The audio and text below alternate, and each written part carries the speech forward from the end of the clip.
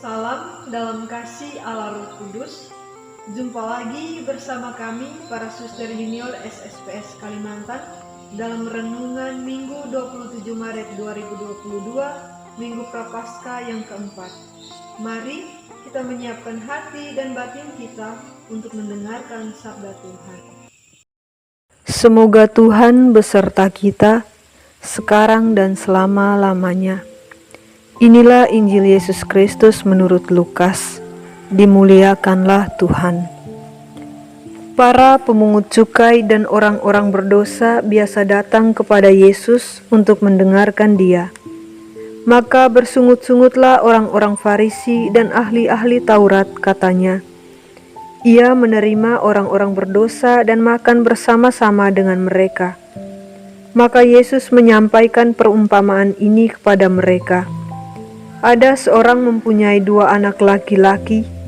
Kata yang bungsu kepada ayahnya, "Bapa, berikanlah kepadaku bagian harta milik kita yang menjadi hakku."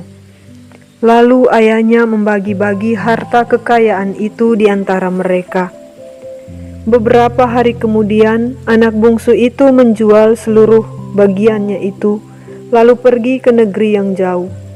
Di sana ia memboroskan harta miliknya itu dengan hidup berfoya-foya. Setelah dihabiskannya harta miliknya, timbullah bencana kelaparan di negeri itu, dan ia pun mulai melarat. Lalu ia pergi dan bekerja pada seorang majikan di negeri itu. Orang itu menyuruhnya ke ladang untuk menjaga babi. Lalu ia ingin mengisi perutnya dengan ampas yang menjadi makanan babi itu, tetapi tidak seorang pun memberikannya kepadanya.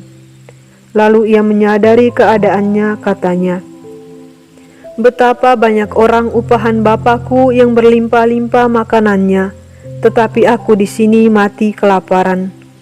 Aku akan bangkit dan pergi kepada Bapakku dan berkata kepadanya, Bapa, aku telah berdosa terhadap surga dan terhadap Bapa. Aku tidak layak lagi disebut anak Bapa. Jadikanlah aku sebagai salah seorang upahan Bapa." Maka bangkitlah ia dan pergi kepada bapaknya. Ketika ia masih jauh, ayahnya telah melihat dia, lalu tergeraklah hatinya oleh belas kasihan. Ayahnya itu berlari mendapatkan dia, lalu merangkul dan mencium dia. Kata anak itu kepadanya, "Bapa, aku telah berdosa terhadap surga dan terhadap Bapa. Aku tidak layak lagi disebut anak Bapa." Tetapi ayah itu berkata kepada hamba-hambanya, "Lekaslah bawa kemari jubah yang terbaik, kenakanlah kepadanya, pasanglah cincin pada jarinya, dan sepatu pada kakinya. Dan ambillah anak lembu tambun itu, sembelihlah dia, dan marilah kita makan dan bersuka cita. Sebab anakku ini telah mati dan menjadi hidup kembali. Ia telah hilang dan didapat kembali." Maka mulailah mereka bersukaria.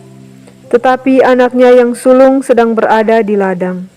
Ketika pulang dan dekat ke rumah, ia mendengar bunyi seruling dan nyanyian tari-tarian. Lalu ia memanggil salah seorang hamba dan bertanya kepadanya, apa arti semuanya itu. Jawab hamba itu, "Adikmu telah kembali dan ayahmu telah menyembelih anak lembu tambun, karena ia mendapatkan kembali anak itu dengan selamat." Maka marahlah anak sulung itu, dan ia tidak mau masuk. Lalu ayahnya keluar dan berbicara dengan dia. Tetapi ia menjawab ayahnya, katanya, "Telah bertahun-tahun aku melayani Bapa, dan belum pernah aku melanggar perintah Bapa.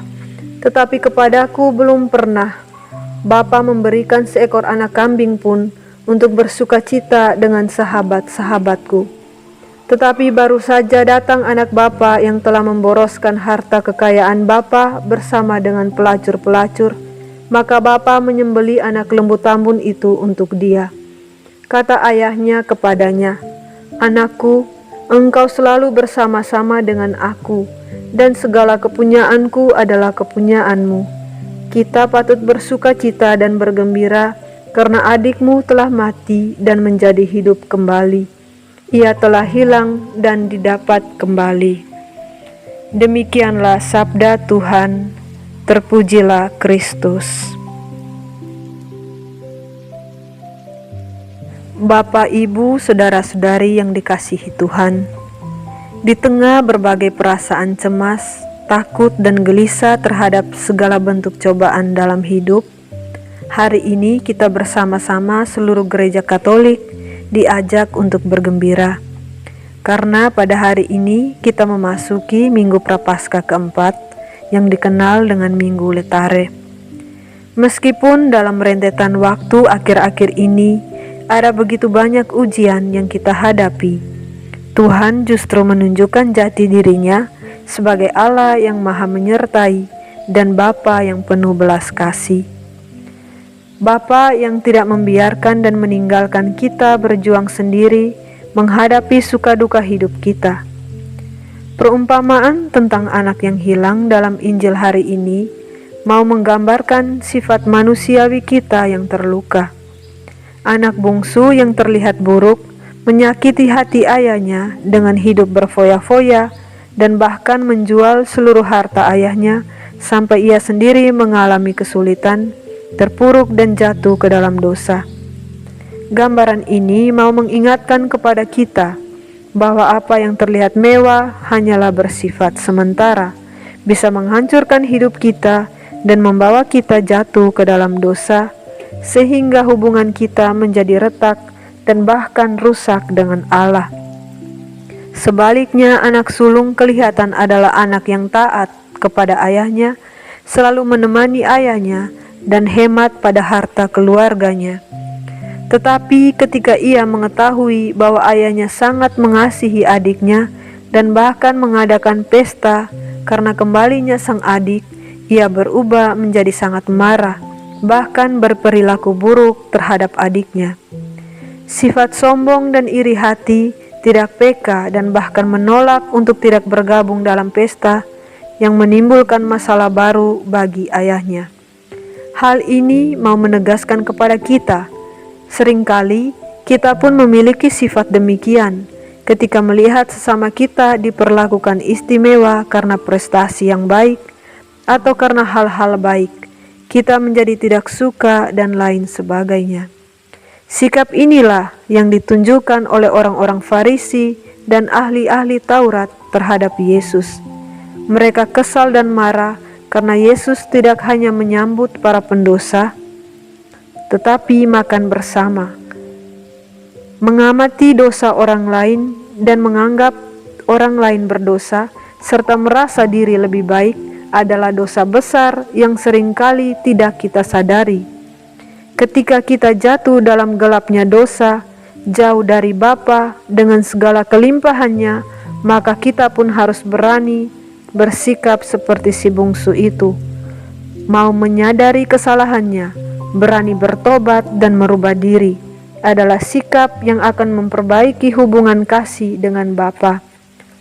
Cinta kita terhadap sesama harusnya tanpa syarat, seperti cinta ayah dalam perumpamaan ini kepada kedua putranya. Begitulah gambaran kasih Allah, tak berubah sekalipun kita tidak setia.